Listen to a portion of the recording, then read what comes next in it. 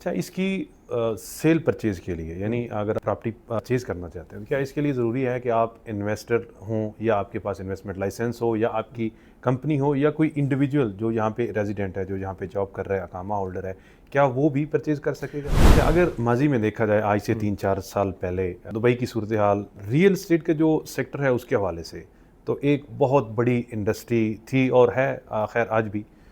अभी Saudi Arabia में बहुत सारी चीज़ें सुनने में आ रही हैं कि रियल एस्टेट को अलाउ किया जा रहा है फॉरेनर्स के लिए, एक्सपर्ट्स के लिए, कि आप ख़रीद सकते हैं, आप बेच सकते हैं, आप रेंट कर सकते हैं, आप प्रॉपर्टी ब्रोकर का काम कर सकते हैं, रियल एस्टेट डीलर का काम कर सकते हैं। इसके पीछे क्या हक़ाइक़ हैं और ये कब से स्टार्ट हो रहा है? क्या इसके लिए कुछ लिमिटेशंस हैं या कुछ बाउंड्रीज़ हैं, यानी जियोग्राफिकली अगर देखा जाए, यानी सिटीज़ के हवाले से? सो इसका एक थोड़ा सा डिटेल में बताइए कि रियल एस्टेट के हवाले से क्या पॉलिसीज़ हैं गवर्नमेंट की? रियल एस्टेट के इस टाइम पे जो जेनेरिक पॉलिसी जो अनाउंसमेंट अब तक हो चुकी है वो ये है कि 2026 के जनवरी से फॉर्मली कोई भी फॉरेन इन्वेस्टर, फॉरेन कंपनी वो सऊदी अरेबिया में प्रॉपर्टी ओन कर सकती है।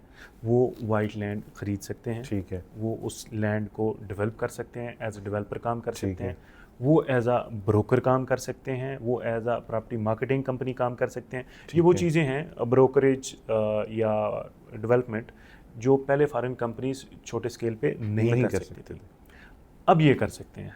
अब इसमें लिमिटेशंस कहाँ पे हैं? जैसे आपने कहा जियोग्राफिकल इसमें कुछ लोगों को ये कहना है कि जी आप मक्का और मदीना में नहीं कर सकते। नहीं, अब मक्का और मदीना में कर सकते हैं, बट गवर्नमेंट उसको डिफाइन कर रही है, which will be announced in later दिसंबर या जनवरी में ही शायद वो भी अनाउंस हो कि एग्जैक्टली किस किस जोन में फॉरेनर्स इन्वेस्ट नहीं कर सकते। ठीक है, और शायद उसके लिए कुछ क्राइटेरिया डिफरेंट हो सकता है मक्का और मदीना के लिए स्पेशली। यस, वो उसमें जो फिलहाल तक समझ आती है वो ये है कि जियोग्राफिकल बाउंड्रीज होंगी कि ये एक सर्टन एरिया है, इसमें फॉरेनर्स इन्वेस्ट नहीं कर सकते। बिल्कुल ऐसे ही। Obviously that makes sense due to हरम विसिनिटी, मक्का में या मदीना में जितना कुर्बो जवार बनता है हरमैन शरीफैन का, तो वहाँ पे लिमिटेशंस होंगी, होनी भी चाहिए और होंगी।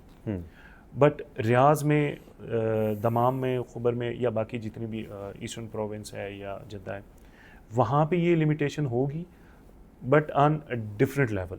दूसरा जो पहले ये था कि आप डेवलपमेंट एज ए डेवलपर आप काम नहीं कर सकते थे, no you can work as a developer.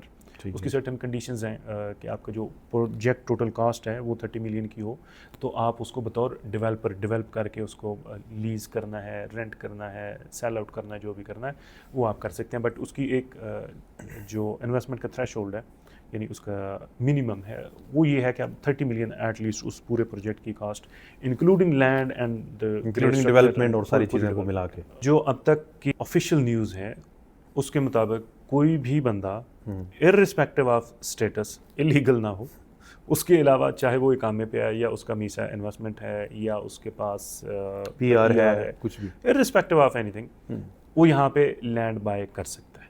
ठीक है।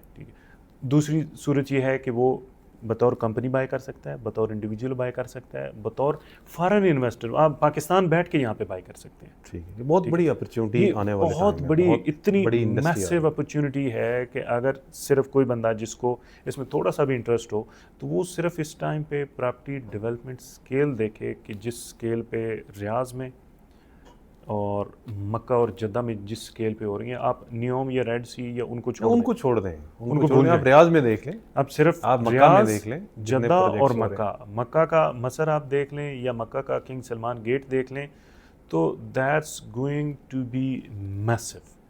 मतलब दुबई जो बना ना, दुबई बना प्रॉपर्टी की बेस पे, बिल्कुल सही बात है, रियल एस्टेट की बेस पे, रियल एस्टेट था उसकी बेस पे दुबई बना है। ठीक है, अब सऊदी अरेबिया उससे कहीं बड़ा है इन टर्म ऑफ बहुत बड़ी मार्केट है, in term of investor, in term of overall economy, consumer, customer, हर हिसाब से दुबई का और सऊदी अरेबिया का कोई कंपैरिजन नहीं है। तो जो अगली मैसिव ग्रोथ होने वाली है वो सऊदी अरेबिया में होगी, और ये इतनी मैसिव होगी कि जो इन्वेस्टर है वो इस टाइम पे, जो प्रॉपर इन्वेस्टर है वो इस टाइम पे सारे काम धंधे छोड़ छाड़ के अपने कैपिटल जो है ना वो इस साइड पे डाइवर्ट करना स्टार्ट हो चुका है, ऑलरेडी हो चुका है। ऑलरेडी वो इस चीज़ पे हैं बिकॉज दे नो कि अगली मार्केट ये है। दुबई से जो जूस निकलना था निकल बड़े चुका इन्वेस्टर्स ने वो निकाल लिया, और this is basic formula of real estate के पैसा वहाँ पे बनता है जहाँ आप स्टार्ट पे पैसा लगाते हैं।